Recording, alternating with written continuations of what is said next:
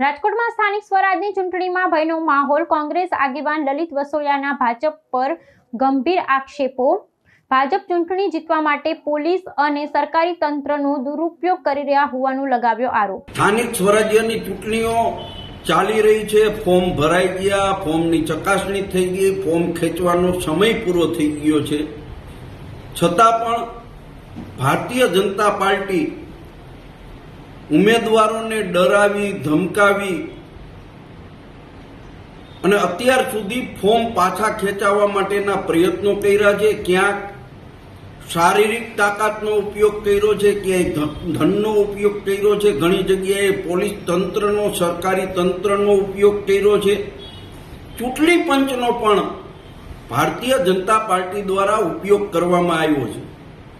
ધોરાજીની એક બેઠક ઉપર ભારતીય જનતા પાર્ટીના ઉમેદવારે સોગંદનામામાં સહી નથી કરી. કોંગ્રેસ પાર્ટીના ઉમેદવારે વાંધો લેવા છતાં પણ ચૂંટણી પંચે એમનું ફોર્મ રદ નથી કર્યું.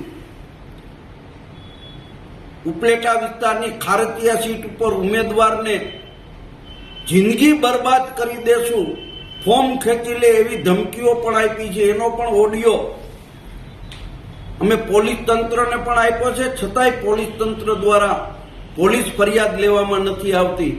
ધોરાજી તાલુકાના નાની પરબડીના એક આગેવાન અમારા ઉમેદવારને 5 લાખ રૂપિયા આપી ઉમેદવારીમાંથી ફોર્મ પાછું ખેંચી લે જેવી ઓફરો કરે છે, જેનો વિડીયો પણ અને ઓડિયો પણ પ્રજાની સમક્ષ આવ્યો છે.